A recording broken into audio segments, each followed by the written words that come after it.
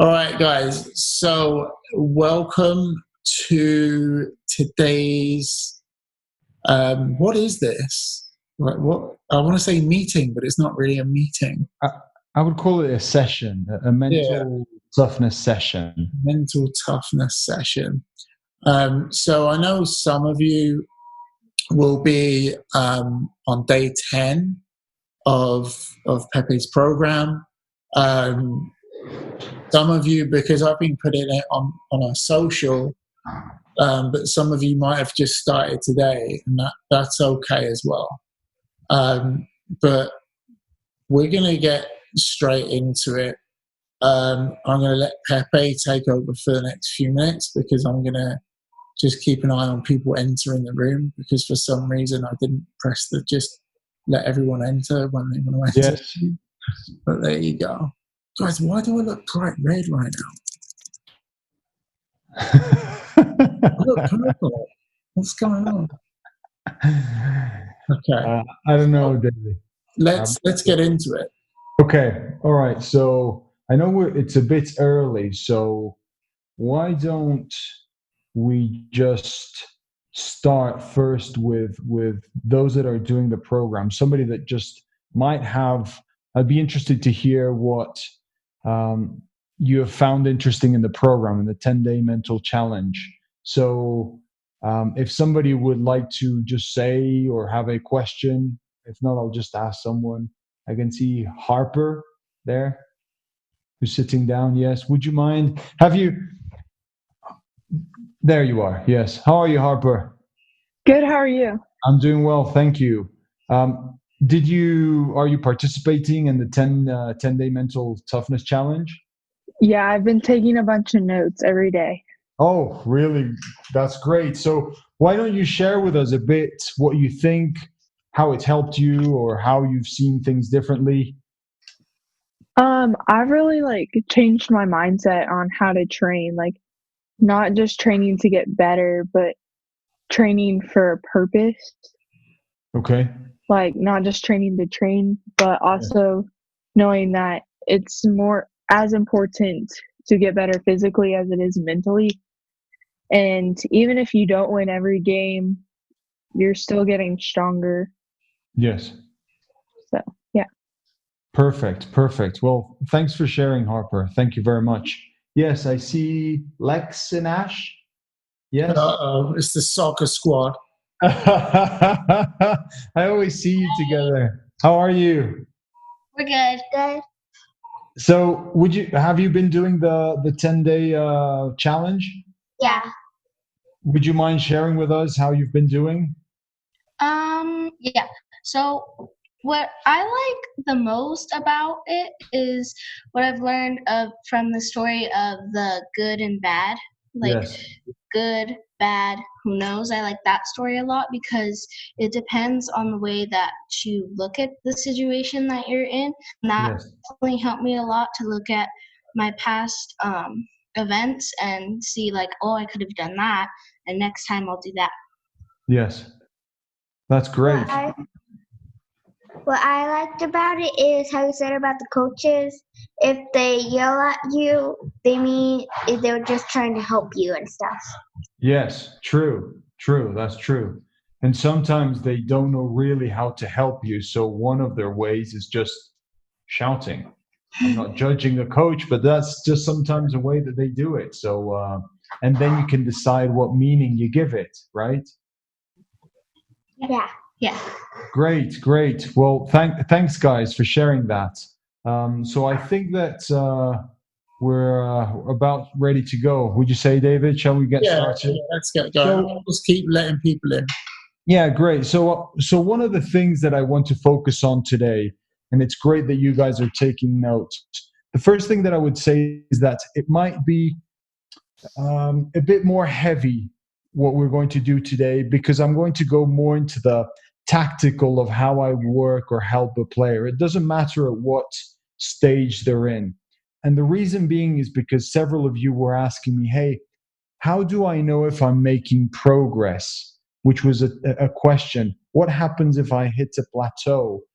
I sometimes feel that I'm not making progress or I don't see that I'm making progress.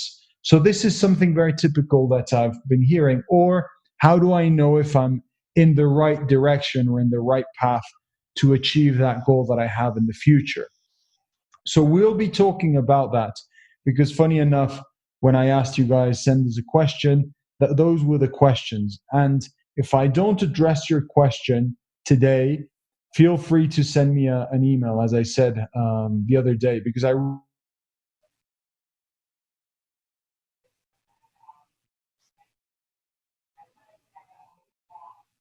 explain it as much as I can, but you also take notes.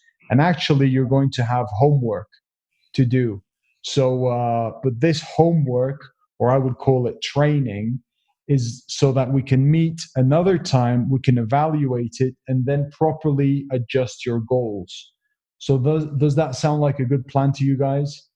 So guys, what we're going to do, we're going to do basically, we're doing a bonus session, right, where we'll go into what Pepe just said, like we can evaluate what you've done, which is awesome, right? Because we see that a lot of people are getting great value out of this.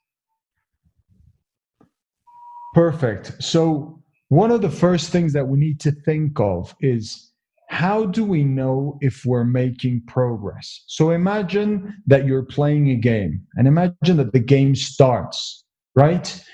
And then suddenly you just turn around, you turn your back around to the game, you don't see what's happening, and then you just start hearing goal, goal, goal, goal, but you don't know who's scoring. And then you turn around and you ask, well, what's the score? And everybody's like, we won't tell you. So you'll be asking yourself, well, how do I know who's winning, right? How do you know who's winning? The only way that you can know is if they give you feedback. So once they give you the feedback, now you know, oh, okay, this team is winning 3-2 or whatever, but you have numbers. If you're not tracking the goals, what happens? You don't know who's making progress.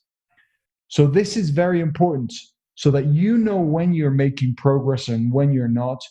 You have to find a way to include a metric. What do I mean by a metric? A number, something that you can measure. So this is very important. Pay attention. Something that you can measure. Because if you base it on how you feel, I'll just give you this example. So this, what would you call it, David? This thing. Like a shaker bottle? Yeah, a shaker bottle. So protein? Sorry? It's like a protein shaker? Yes, exactly. So this bottle, let's just call it like that. So what happens is that you are the water that's inside of it. Yes? So you can't see this outside. And the idea is that I can see it. So I can see it and I can tell you, hey, this is what it says. This is what I can see. But if you see everything because you're inside the bottle, you see it from your perspective. So it's very hard for you to know if you're making progress or not. So if you base it on your feelings or your emotions, so let's say that one day you're like this, your emotions are stable, very calm. So if I were to ask you, hey, how are you doing? Are you making progress? You'd be like, yeah, I'm really making progress. And I would ask you, how do you know? Well, because I feel fine. I feel stable. But if one day something happens, maybe not related to soccer, and it goes really, really bad, and now internally you're unstable, and I ask you, hey, how are you doing? Are you making progress? You're like, no, everything is really bad. I'm not making progress. And then once I see you, I say, well, I can see progress because I can see it from the outside. And you're like, no, because I don't see it because I feel like this. Does that make sense? Yeah. So that's why when we base it on our feelings or emotions, that won't help us. That won't serve us. So we need to find a metric, a number. So how do we do this? I'm going to share you my screen. So there, you should be able to see my screen. Maybe it's not that big. Hopefully you can see it properly. So those are our very nice logos. So today we'll be speaking about your path to soccer success. How do I know if I'm making progress? So the first thing is that we need to identify your circle of control. So there are 3 circles. There are the circle that you don't control, the circle that you influence, and your circle that you do control. So what things don't you control? Do you control the weather? Nah. You don't control the weather. You don't control the field. You don't control time. You don't control others' thoughts, right? Words from others, ethnicity, height, opponent, the rules of the game, all of these different things that are highlighted there, you don't control. So most of the players that I see that they're affected mentally, in a sense, they're not mentally tough, they're focusing, what do you think, on? The things that they don't control. They're always thinking of, oh, it's raining. Oh, it's cold. Oh, the pitch is not right. Oh, this thing, that thing. Oh, she said that. All of these different things that they don't control. So the moment that you start focusing all of your attention on those things that you don't control, this is going to affect negatively your game. So it's important that you can snap out of that. And I'll be teaching you how you can do it. So the second circle is your circle of influence. That means that you can influence. You don't control, but you can influence. So I'll give you a very simple example. I don't control you guys, but my words and my actions are seeking to influence you in a positive way. But I don't control you, but I can influence you through my actions and my words. So what can you influence? Your teammates, your coach, the referee, your goals. Let's say if you want to score more goals, you can influence that, but you don't control it. You can influence your physique. If you want to get stronger, you can influence it. But that doesn't mean that you can control it. Because if you could control it, you would really get that result that you're always seeking for. Your strength, you can influence, your technique, your relationships, your health, and your playing time. Yes? But remember, you just influence it. You can't control it. So then it's important that we focus on that 5% or even less that you do control. And what is that? Your response to a situation, your choices, your attitude, your words, the food that you eat, for the most part. I know that some of you are very young, so your parents feed you as well. I understand that. I miss that. Your attention, right? If you're paying attention here, if you're somewhere else, your routines, what you do, your values, which is very important, the effort, your work ethic, your performance goals. And I'll explain those a bit more. So are those clear? And any questions there so far? Any questions there? No? Okay. Any questions there, David? No. No? That's great. So I really love that graphic, though, and the simplicity of it. Yes. And guys, just so you know, we'll be sending this to you as well. So you'll have this. You'll be able to print it out and use it because we'll have an exercise. So don't worry. You'll have all of this. But the important thing that I want you to focus on is understand that most of the things you don't control. And the moment you start focusing on those things that you don't control, that's going to affect your performance. So your question is, okay, how can I focus on the things that I control? So how many areas do you think are in a complete player? I'm just going to stop sharing this and ask this question. How many areas do you think complete or make a complete player? Jasmine, you're moving around, so maybe you can't speak. Jasmine Hackman, would you mind participating? Yeah, I'm pretty sure all of them make up a player. Yes. So how many do you think there are involved? 1, 2, how many areas? A lot. A lot. Okay, that could be a big number or a small number. So I feel, Pepe, I feel like traditionally Yes. there are four. 4 Like areas. Okay. traditionally, like what we've all been taught is there's the technical, the tactical, Yes. the mental, and the physical. Okay. Right? Those, traditionally of the four pillars of a soccer player, right? Yes. And I think it goes way deeper than that. It does. It does. Yes. So I'm going to share with you. Where is it? Just once again. Where Vamos, Pepe. The complete player. Sorry, I have many screens right now there. I'm sorry, guys. Guys, what you don't see is Pepe's got like 18 screens in front of him. No, that's too many. So there, you should be able to see it there. So there you go. Okay, so this is a complete player. So what we need to do is divide the player between hardware and software. So hardware, like in your computer, are the things that you can see, that are hard, that you can touch. So what makes the hardware of a soccer player? It's the physical, the technical, and the tactical. Yes? So usually when I ask a player, they would think of those, of physical and technical. The tactical, they usually get confused. So just to clarify, physical, what has to do with your body, technical, with how you're moving with the ball, the tactical, how you understand the game, how you move. But then the software is what you don't see. So it's the mental side of things. It's the leadership.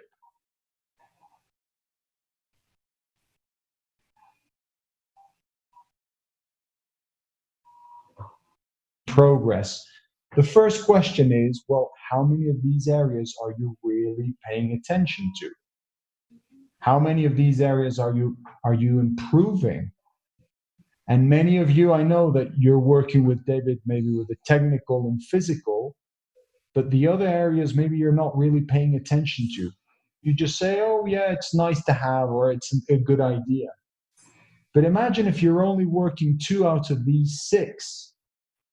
It's not even half of them. So when you're trying to compete at a higher level, this will negatively affect you. Yes? So I'll ask Jasmine again, because I asked her first. So what do you think of this, Jasmine? Now that you can see the complete soccer player, how does this perspective help you? It helps me understand what all goes into how you perform. Yes, exactly. And how then can we know if we're making improvements or not? What do you think would be the next step?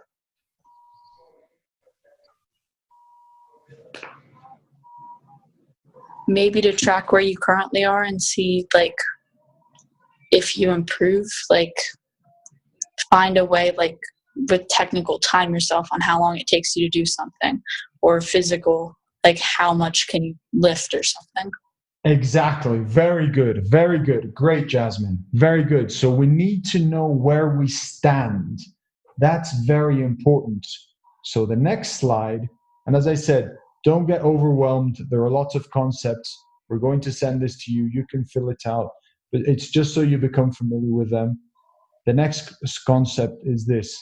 Okay, right now we're going to be evaluating the 3 areas within the hardware. So this is the physical. So speed, strength, your coordination, your flexibility, your vertical jump, your endurance, your recovery.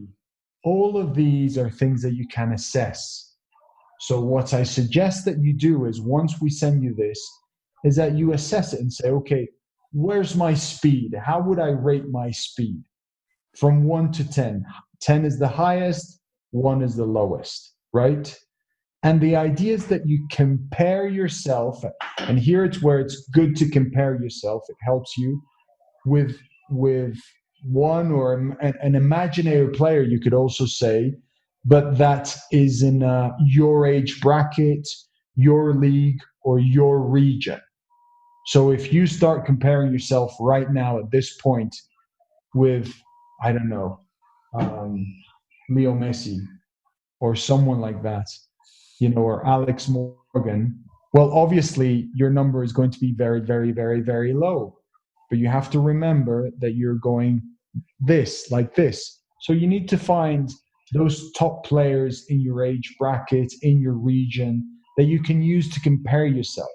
And maybe it's a fictionary player because you're saying, well, you're taking the best out of different players. So where you stand with your speed, your strength, your coordination, your flexibility, your vertical jump, endurance, and recovery. But then this is where another component is important, that you ask your coach. And maybe you say, look, I'm not speaking with my coach, whatever. Well, somebody that you trust, but you trust they also know the game. So if you trust them, but they don't know the game, the assessment is not going to be that right. But this will help you compare as to how you see it, remember, inside the bottle, and how somebody else sees it from the outside. And then you'll have a better picture. Okay, I thought I was faster. Now my coach is telling me, no, you work on your speed. Oh, okay, perfect. Now I have data. Now I have something specific that I can work on. Yes? Any questions there so far? No? I'll just ask someone just so we can make this a bit more interactive. Who has a question? I have Ben there. Ben Wu. How are you, Ben? Good. How are you? I'm doing well. Nice to meet you. Yeah, nice to meet you. So far, what do you think of this? Yeah, I think it's like the soft skills is very important. Yes. That we practice them. Yes. And it's great we are doing this session like sort of the off season. Yes. So more time. Yes. Rather than in season, which we are very busy with training. Exactly. Yeah, I agree entirely. So have you, up to this stage in your career, have you really evaluated these areas or not really? Some of them, maybe you just had them in your head and you said, oh yeah, I think this is where I stand. Yeah, not a lot on the soft skills. Okay, all right. More on the hardware skills. Yeah. Yes. Okay, perfect. Well, thanks for sharing. So I'll continue with the presentation and we'll just go one by one so you can see what they are. So we went over the physical, now the technical. Here, David, you're the champion. Ball control, passing, short, long, dribbling, heading, defending, finishing, free kicks, PKs. Feel free to add more, David. But this is one where I would call it the sexy one, because this is where a lot of players just focus on this because it's flashy, it's shiny, it's, oh yeah, look what I can do with the ball, yeah. And you might be doing all of these things great, but maybe on the tactical, which is the following one, it's not there. So, David, if you want to jump in. Well, it's funny, Pepe, because we speak to a lot of coaches, and we always get a little bit of pushback because you're always focusing on the technical. And first of all, that's just not true. They haven't really done their research. But what I always tell players, if you only focus on one section, you're only going to be good for a little bit, right? Yeah. So I equate it to inside technical training. So if I only focused on passing, would I ever be a great player? No.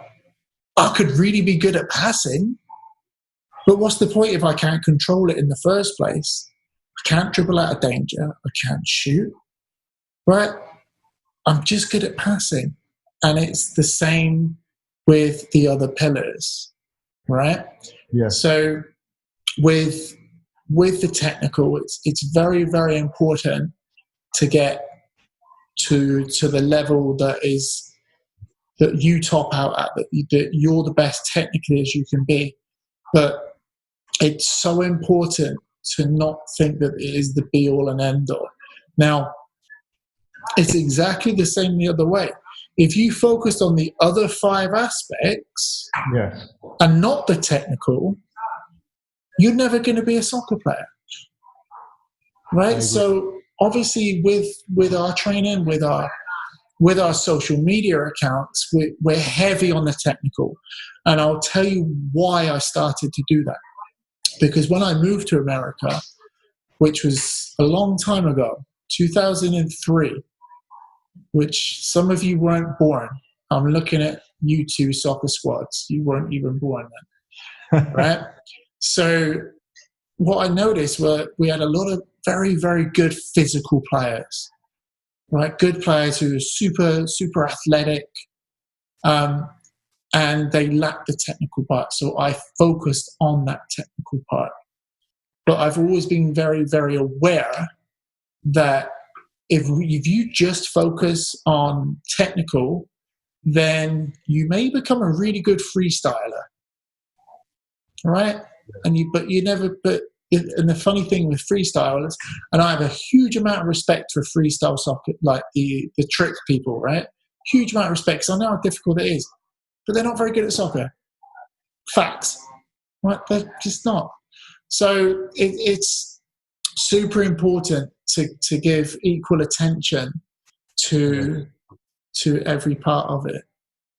Yes. Sorry, Pepe. I bleated on a little bit too long. No. That's very, very good. And you just mentioned a very important point as well. I mean, if we only were, the whole idea of this is that you can understand that mental toughness, but more than that, the work that I do with a lot of players, and that's where I think that David and I can work very well together, is that a lot of my background is also helping players, not only in the mental side, is how they build their careers, either going to college or professionally, and how they can improve that. So I always say, look, we need to evaluate the complete player. So tactical, I know that this could be a boring one. When I was a player, this was something that I never studied. I would focus on the physical, I would focus on the technical, and I would focus on the mental. But I left the tactical out. I really didn't know and understand what was required from my position and what the best in my position did, how they would move, how they would read the game. Am I really studying the game and understanding the game? Do I know really what my position is expected to do, or what my coach wants me to do? So this is something that's very important. And I actually believe that it's going to help you a lot with your team. Because if you're finding it hard to play in your team, let's say, or you want to play for another team, it's important that you understand what the coach is expecting from you in that position. Because when you don't understand what the coach is expecting, then it's harder for you to fulfill that expectation. So that's why the tactical is important. Then the mental, we've spoken about this, the ability to recover from mistakes, the ability to recover from losses. So how quickly can you bounce back?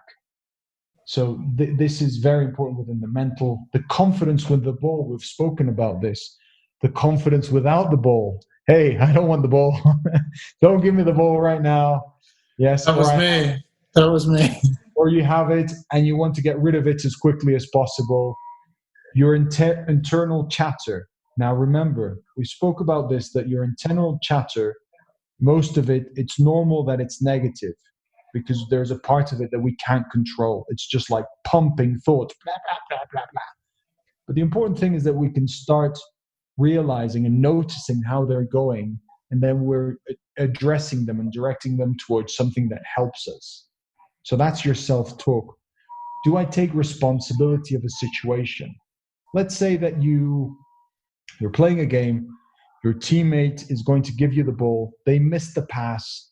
The other team counterattack. They score. If you immediately go, oh, it's your fault, and you start like, oh, it's your fault, it's important that you understand that you're not taking responsibility of the situation. Taking responsibility doesn't mean that it's your fault. Taking responsibility is like, I'm responsible, that's why the end of it, able to decide what I do with this situation. Enjoyment of the game. This is critical, guys. This is critical. The amount of players that I work with, and many are, in a sense, professional, they stop enjoying the game. Or maybe when they're young, there's too much pressure, and maybe you're not enjoying the game. And it's important to recognize that and say, look, I'm not enjoying it. The moment you enjoy the game, that's why it's called the game of soccer. If you forget that, it loses everything. It becomes too rigid, and then it doesn't allow you to move freely. So maybe some of you can identify with that, or it's happened to you. Recover from injuries. This injury part is a whole aspect as well, because once you're injured, a lot of players think that you can't do anything. That's it. I just have to rest. And there's a bunch of things that you can do on a daily basis. So whenever you're doing any recovery session, that you can see it and approach it like any other session. Your nutrition, and evaluate the complete player, because you might not have a lot of time to work on your tactical and maybe your physical, your technical or your physical, but you can work on your tactical. If you're spending a lot of time sitting down because you're injured, you can really learn how to read the game, and you'll be much better reading the game than others if you spend time doing that while you're injured. And you might say, well, how do I know if I'm making progress? Well, you can, because you can measure it. When you started, maybe you were a 4. You had no idea really what your position is expected to do. And now you're at a 7, so you can rate it. And you can say every single day for an hour, I was studying the game. I was studying those that really know how to play my position. The intensity. Are you too intense? Do you struggle with your intensity? Are you sometimes a player that, it takes you a long time to get going, where you're at? The leadership, relationship with your teammates, with your coach. Remember that the relationship with your teammates and your coach is essential. This is a game that's played as a team. The moment you think it's just related to you, you're going to suffer a lot. The moment that you think that the coach is always to blame, you're going to suffer a lot. It's going to be challenging. I'm not saying anything bad or good about the coaches. I'm just saying that it's a nature. They're going to be bad and they're going to be good coaches. But the one that you have, in a way, you have to accept that. Doesn't mean that you have to like it, but you have to develop, in a way, a relationship. Because if you don't develop that relationship, you're going to struggle, not only on that team, but in future teams. Relationships with your teammates, how are you supportive with others' mistakes, as I was discussing before. Your values, are you accountable to your values? This was part of one of the exercises in the 10-day challenge. Decide on your values. Which are your most important values to you? This is something you can control. Respect to others. Accountable to your commitments. Remember, it's not what you say you're going to do, it's what you do that really speaks about you. It has nothing to do with what you say. And finally, we have the lifestyle. Diet, your eating habits. These are components that will make a big difference. Your discipline. I think this one is huge, isn't it? Yes, it's huge. It's huge. Yeah, I remember when I was starting my career as a professional player. I played all up to second division, and when I was starting, I remember we played this game, and after the game, we met with a pro team, with a first division team, and I was really hungry, so I went and I grabbed a donut, and I was eating the donut, and I said, "Hey, can we take a picture?" And we took the picture, and then he said to me, "If you continue eating that, you won't make it." And I was like, wasn't thinking about that. I was only thinking that I was hungry. And then I was like, oh yeah, I'm not feeding myself with proper food. So that was a lesson for me. So diet and eating habits are important. I included here your homework and home life because it's an essential component that you can incorporate this into your life as well. Because what we're seeking is not perfection, but we're seeking that we can focus as a human being as well. Because you're not only soccer players. First, you're a human being, and then you decide to be a player. Your friends, the people you surround yourself, are they helping you or not? And obviously, your daily schedule. So I know it's a lot, and I don't want to overwhelm you with this. What we're seeking is that in order to know if you're making progress or not, we need to evaluate. We need to put some numbers. And then if you ask your coach or somebody you trust, then you'll have an idea of where you stand. But this will give you an idea of what you can focus on. So instead of randomly saying, oh, I think I should work on this, now you really know. And this is going to help you become a much better player. And this is going to increase your chances of reaching your goals. Because instead of focusing on one or two things, now you see that there's a lot to work on. And that's exciting, I would say. Because no matter if you're 8, 12, 14, 18, 24, or even 35 with players that I work with that are about to retire, there's always something that you can work on and improve. And that's exciting because every day you're like, okay, what do I want to improve? What can I improve? And that's the whole idea of this game. And that's how obviously we get mentally strong. So I'm just seeing your comments. So I'm just going to read your comments. Does this come from the 7 Habits of Highly Effective People? Yes, I've read that. The circle of control, he mentions it. It actually doesn't come from him, but he does mention it. And it's a great book, The 7 Habits of Highly Effective People. Is this being emailed? Yes, it's going to be emailed to you guys so you can fill it out. That's the whole idea. That after this, you fill it out and then we regroup. Now I'm going to show you how to properly set goals. But once you've decided what you're going to work on. They said that they'll send it. Yes, we'll send it. I got injured, but I kept on playing. Lex and Ash, yes, I saw. What else? What else do we have? This terrific experience, sharpen the soul. Exactly, yes. So, do you guys have any questions so far? Something that might not be clear so far. I do. I have one question. Yes. How often would you recommend checking progress in these areas? And I apologize if it said on the sheet and I just overlooked it. Yes, no, that would be the next stage. It's a great question, very good question. So I usually recommend that we work in cycles of 2 to 3 months. But the idea is that every week we're evaluating how much progress we're making. And even if we want to be more disciplined per se, it's every single day. Look, this is my journal.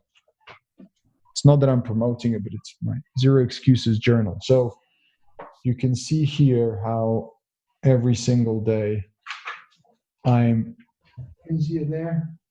Mm-hmm. So you can see every single day I'm doing this, if I did it or I didn't. So this allows me to see every single day if I'm making progress or not. And at the end of the week, I evaluate it. I'm like, oh, this is really good. This is not really good. And then I also make a note for myself for the following day. So this is, I practice where I preach, not perfect either, but this is a way that you know that you're really making progress because now you have something that you can measure, Taylor. So, well, I know you're not Taylor, right? Or you are Taylor. I am. Yes, sir. Sorry. It's okay. Thank you so much. Does this help you? Absolutely. Yes. Okay. So there's an important thing that I would like to mention there is that what we don't want to happen is that we fall into the trap of measuring so much that now we become too rigid. So sometimes it can happen that we're too like, oh, I want to get it right, and now you're like a robot, and we don't want that. So it's important that we understand our level of intensity, and that's one of the things that it's important that you're measuring as well, if that makes sense. Because if not, we can just be focused on measuring so much that we stop enjoying the game. It doesn't become fun anymore. Again. Exactly. Yeah. Yes, exactly. You mentioned last time some players need support and some need stretch. Yes. What are the different signs that speak to you? Yes. Very good question. So how do we know if we're putting ourselves in an uncomfortable zone that's making us grow, and how do we know if it's stretching us too much?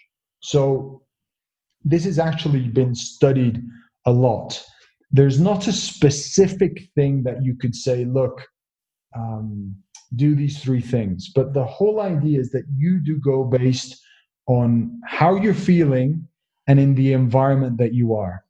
So let's say that if randomly I picked one of you and I said, okay, guys, now you have to make the team, whichever team you love. So I see there, Randy has a Man United jersey. So imagine if Randy, we say, Randy, now tomorrow you're going to practice with Man United and you have to make the team. So you would be there, you'd be practicing for a week or a month, and your progress would go like this for a moment. But also, it might stretch you too much that you feel that you're not making progress because the demand and the level of intensity with them is so high. That doesn't mean that you can't reach it, but you've jumped 3 or 4 levels instead of going to the next level. So the way that I always focus on the players, let's get you to the next level. Let's make sure that we're pushing it in a way that you're just looking to get to the next level. And because if we go 3 or 4 steps above, that might break you. So that's why it's important that when we're setting goals, we know the environment that we're working in and that we're striving just for the next number, if that makes sense.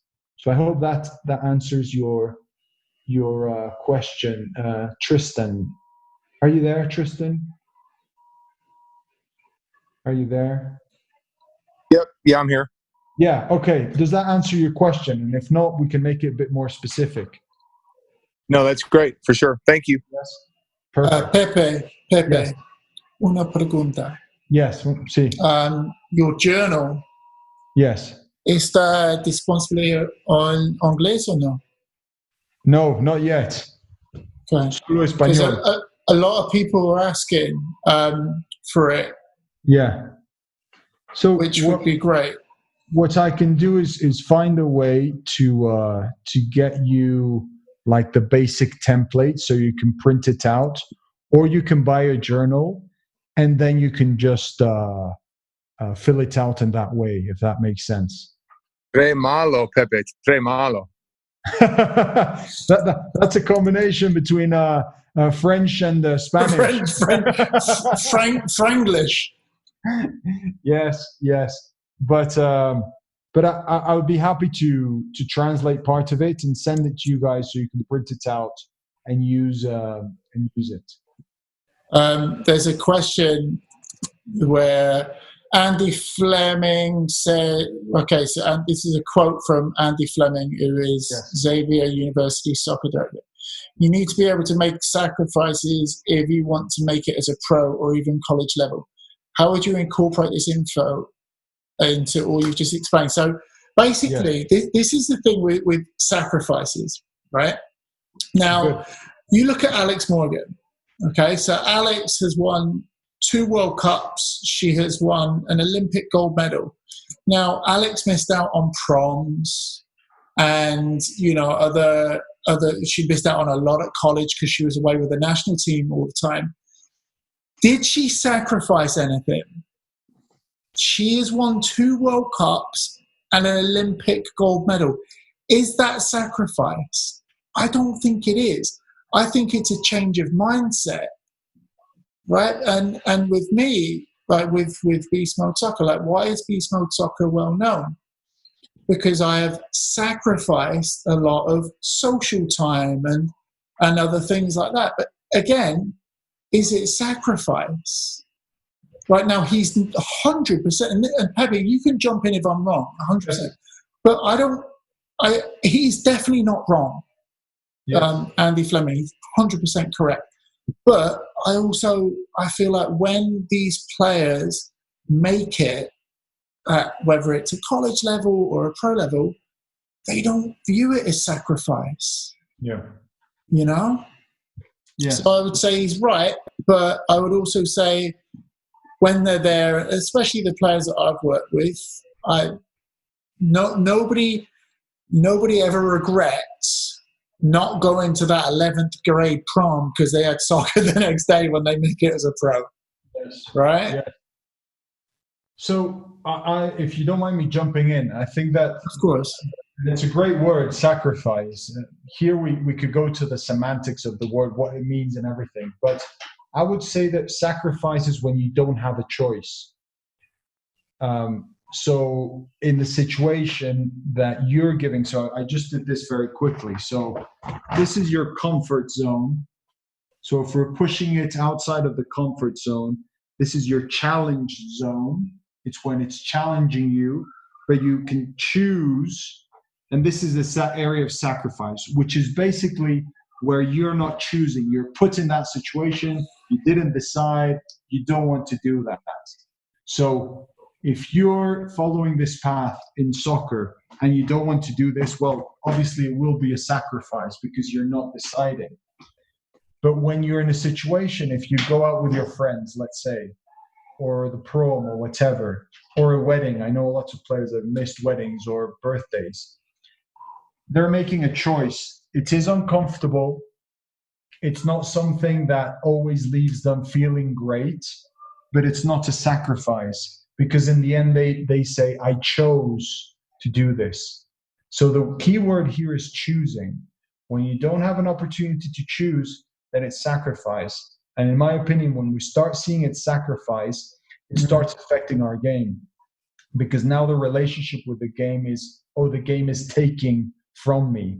And what you want to see it is the game is adding to me instead of taking things away from me. So that's why it's a choice. And we would use the word challenge because it's challenging. I mean, when you don't go and you miss out on these things, it's a challenge. But it was a choice. And in my opinion, it's not a sacrifice because a sacrifice is when, I just had no choice. Yeah.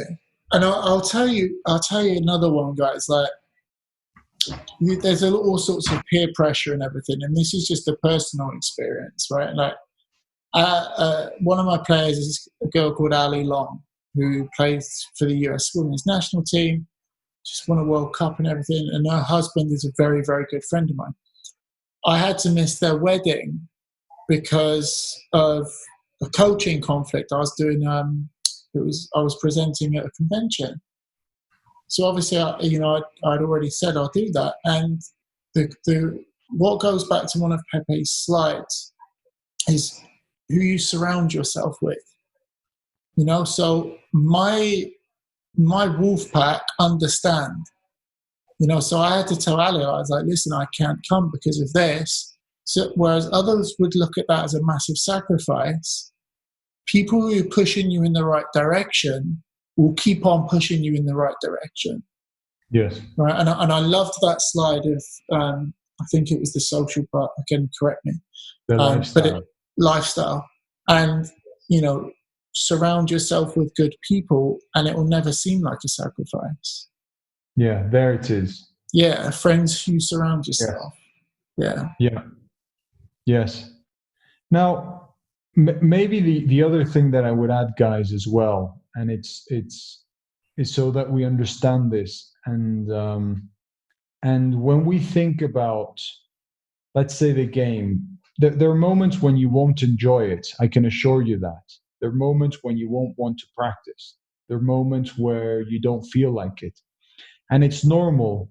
You shouldn't feel bad because of that.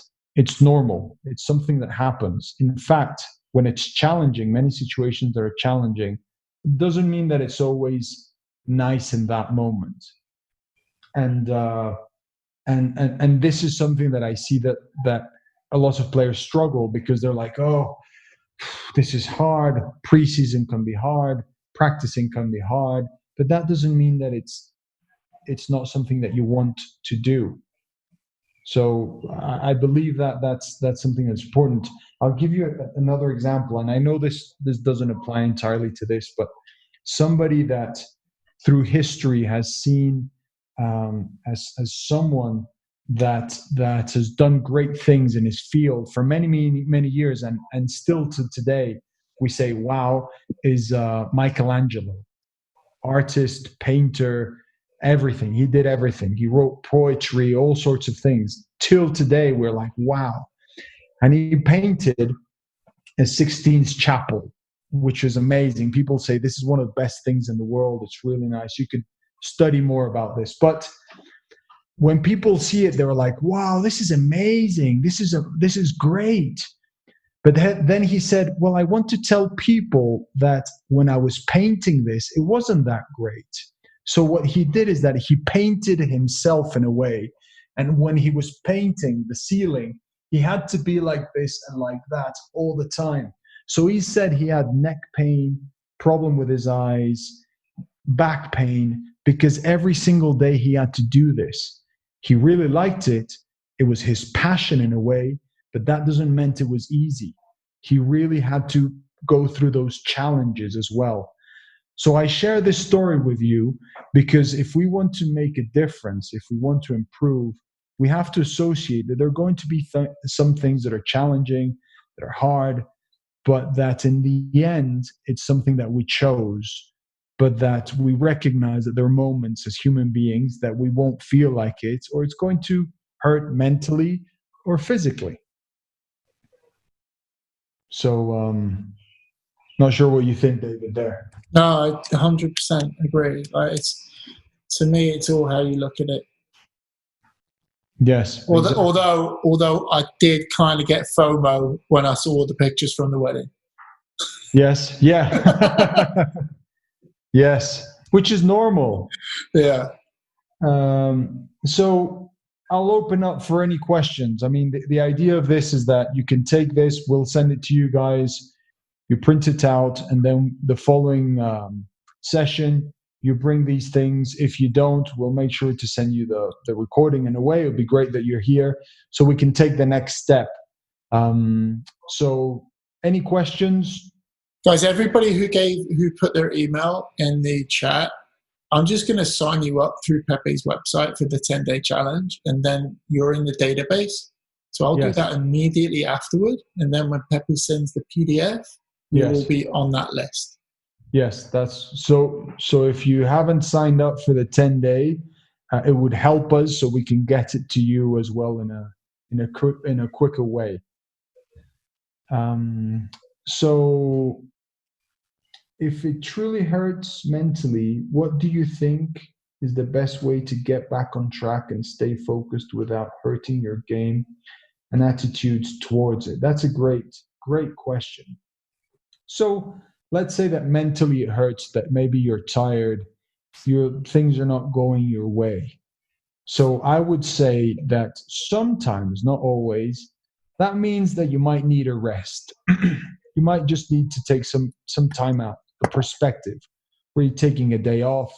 You're like focusing on something else. Instead of thinking of the game, thinking of playing, of focusing a lot on what you're eating, you might say, look, I'm going to take 1 or 2 days off. I just need to rest.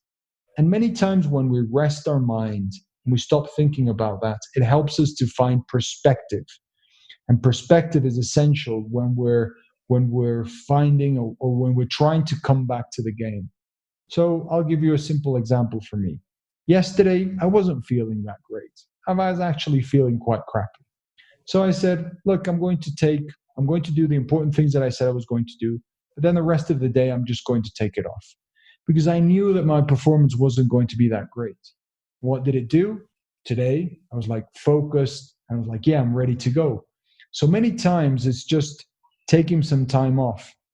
The other thing that I would incorporate is that if you're feeling it today, Instead of this resting today, say, okay, I feel this way today, I'll rest tomorrow. Just don't rest today per se, because that way you can also plan it in a good way that it helps you. So hopefully that helps as well. How do you get back from a hard, frustrating day of training? It's very similar as well. Many times, the hard day and the frustrating day is exactly what you needed. Remember, this is a situation of perspective. And I'll use this story. You have the candle and the bonfire. Both of them are hit with air, with wind. The candle, what happens? It goes out. The bonfire gets stronger. So if you're having a frustrating day, just ask yourself, okay, I feel this way. You recognize it. Yeah, I'm human. I'm frustrated. But then also you can see it like, it's this wind that's going against me. Is it going to make me weaker or is it going to make me stronger? And that's where you start changing your mindset. It's not from one day to another. It might take you weeks, months, or years. But once you start seeing this, like the mental gym, when you go to a gym, what you have to do in order to get stronger is lift a heavy weight. It's not by lifting easy weights. It's the same thing with your mind. It gets stronger when you lift heavy situations, when you lift challenging situations.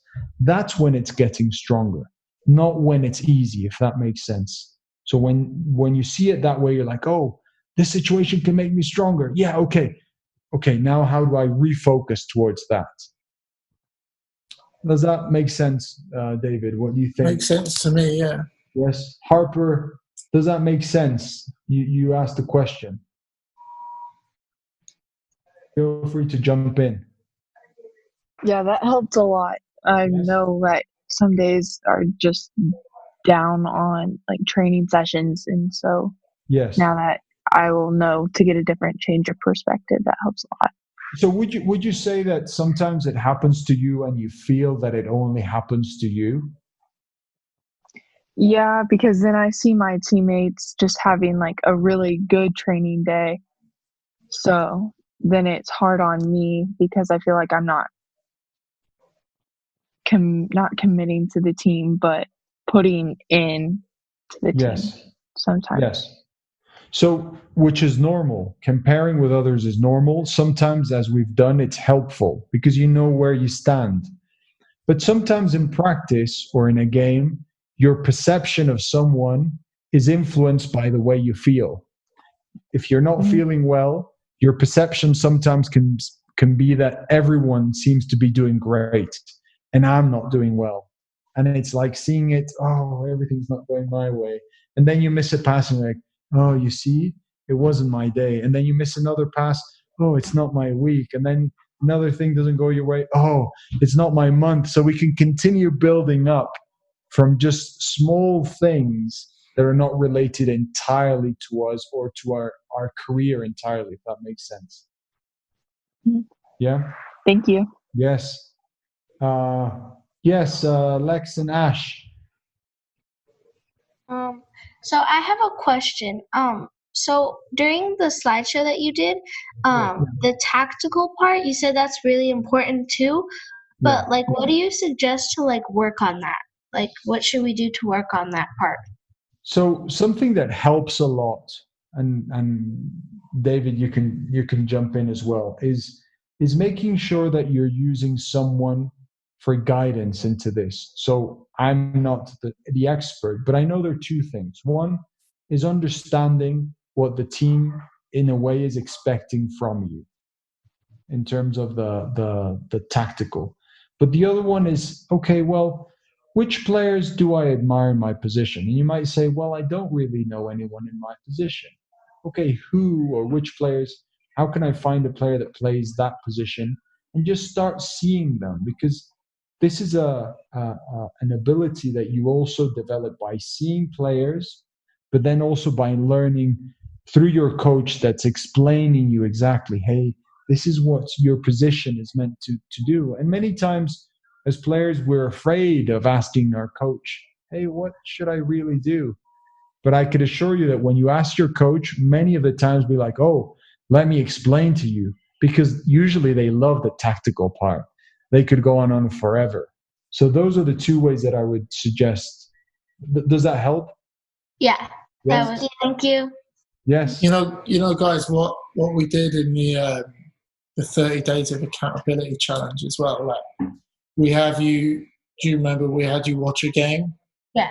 Every day or every other day, and in the US, that's like criminally underrated. We don't watch enough soccer here, right? And it's funny because growing up in England, we weren't really heavily taught tactics. We just tended to know, right? Because we were watching, 4 or 5 games every week.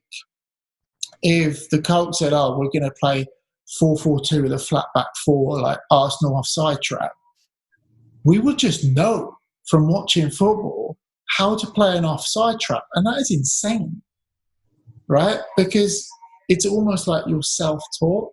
So what we did on that 30 days was you guys know because you were there, but we had to analyze the games. And so instead of watching it, we switched that word to analyze. So we had them put their phones in another room, and there's a couple of pieces of paper they write down, and they've got to focus on the player playing their position, the formations both teams were using, what impact those formations made, what style of play they were playing.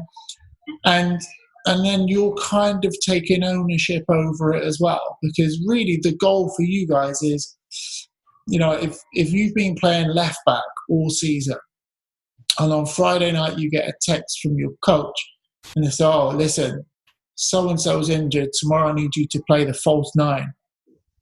And you text your coach back and you're like, "Oh, no problem," like Messi did under Pep Guardiola in 2011. And your coach is going to be like, yeah, just like that.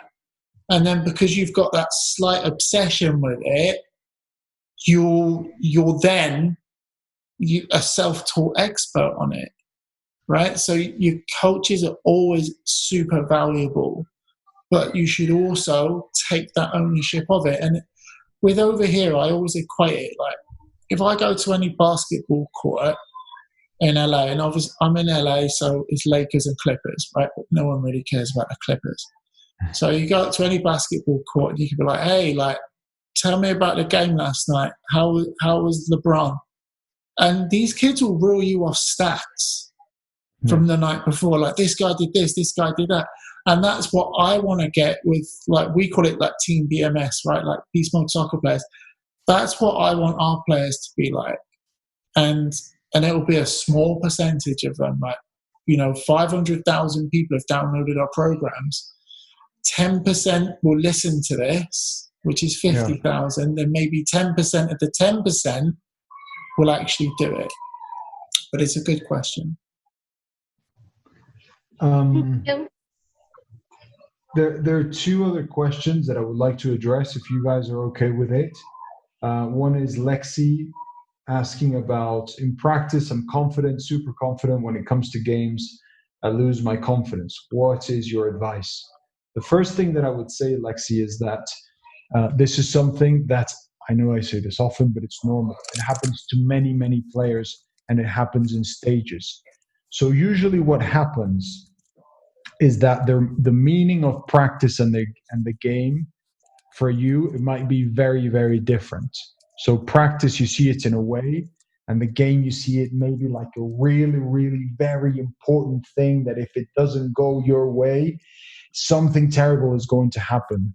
So the meaning of that game could be very, very high.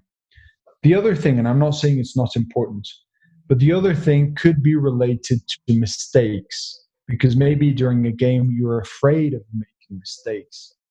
So the way, in my opinion, that you should see your games is a game is also a practice for you, especially at this stage. You're developing your skills, you're developing your abilities.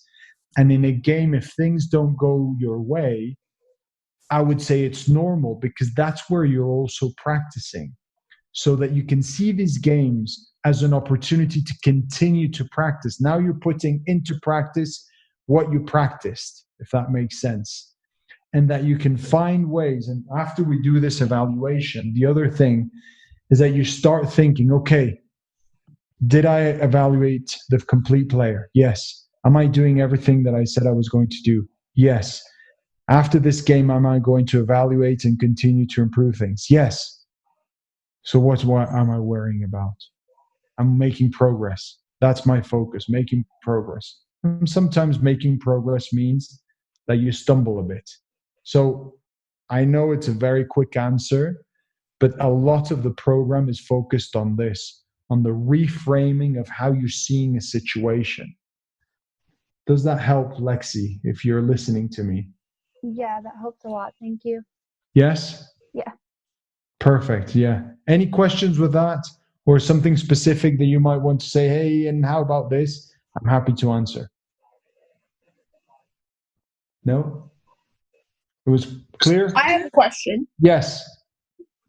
So how do you, if you like, during quarantine, I've been doing an accountability calendar, making sure I do something to improve every day. Yes. But sometimes I lack motivation. So how do I know the difference between lack of motivation and pushing myself too hard? Okay, explain to me what it is that you feel. What's lack of motivation for you? Well, like today in particular, just like, I just don't really like feel like going out and doing a technical session or something, Yes. Okay. Just you were feeling tired, mentally tired. Just give me a bit more of an idea of a picture. Yeah, just like like let's just say I did like 2 sessions this week or something. Yes. You just feel like I don't really feel like doing it today, not necessarily for any particular reason, but just a general feeling. Okay, so physically it wasn't like you were pushing yourself too hard, that you said, look, I'm about to get injured or anything like that. It was just a feeling, a sensation. Yes. And did you do it besides that, or did you decide not to do it? I haven't had time to do it today, so I'm still contemplating. Okay, all right. So the first thing that I would say there is, regardless of what you do, first thing is that you say to yourself, I decided to do this. So if you decide not to do it, just say, I decided to do that. And that will help you, because you might say, look, my body, my mind is telling me that I need a rest. But the other side of it is, if you decide to do it, is that you say, okay, I decide to do it. Now I'm going to make the most of it. And even if you decide if you rest, it's the same thing.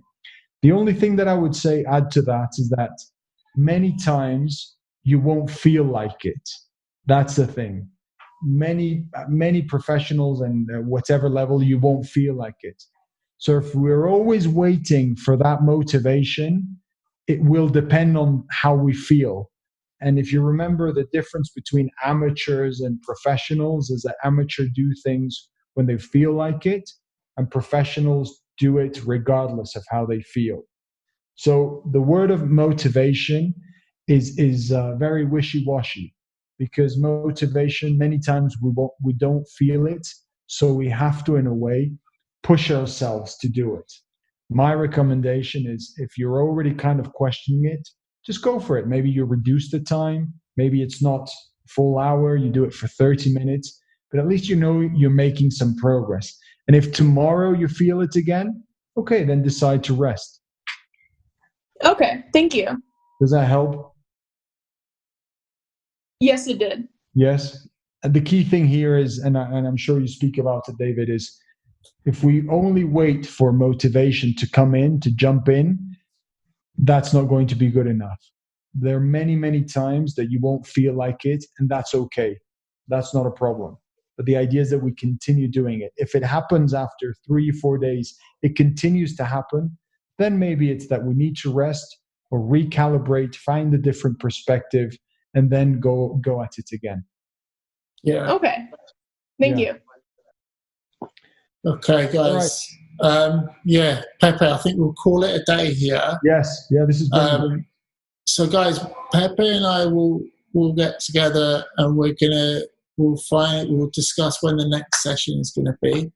There will be another session, but we don't know when yet. So it'll be a couple of days. But it will be emailed to you before it's put on social media. The whole reason for that is to reward you guys for showing up. So if you do, when you get that email, make sure that you click on the link and register. Okay? Guys, thank you for coming out. Again, thank you, Pepe. This was fantastic. Pepe, I don't know if you've got any parting words for our friends here. No, guys, no. Congratulations. I really hope this helps you. I mean, it's great to see you here, that you're paying all of this attention, that you're really focusing on it. And remember, it takes some time. Sometimes it's like watering a seed. You put some water in it, you take a step to the side, and you wait, and then you repeat the next day. After 5, 10, or 15 days, it will start growing. So remember that analogy. If we put too much water, it might drown. So this is step by step, but bit by bit, you'll start seeing a difference. 100%. All right, guys. So basically, check your email. Is that going to go out tonight, Pepe? The PDF? Yeah, we'll send after this. We'll send the PDF. So check your email for the PDF. Print that out. Fill it out. We'll give you a few days. Don't want you to rush through it. Take your time with it. And then in the next session, we will help you guys out going through it all. So I've got a list of emails here, Pepe. Yes. Can I just shoot these over to you in a WhatsApp? Yes. Yeah. Yeah. Yeah. All right, cool. All right. Perfect. All right, guys. Pepe, thank you very much. Yeah. No, that's great. We'll also include in that email a link if you have any questions. So just send us your questions there as well, and we'll do our best to answer them. Guys, make sure those questions are good questions. I don't know what Alex Morgan's doing right now. She's probably looking after a baby. That was a question. All right, she's feeding mum. So we will talk to you guys very soon. Cheers, guys. Take care. Cheers. Bye.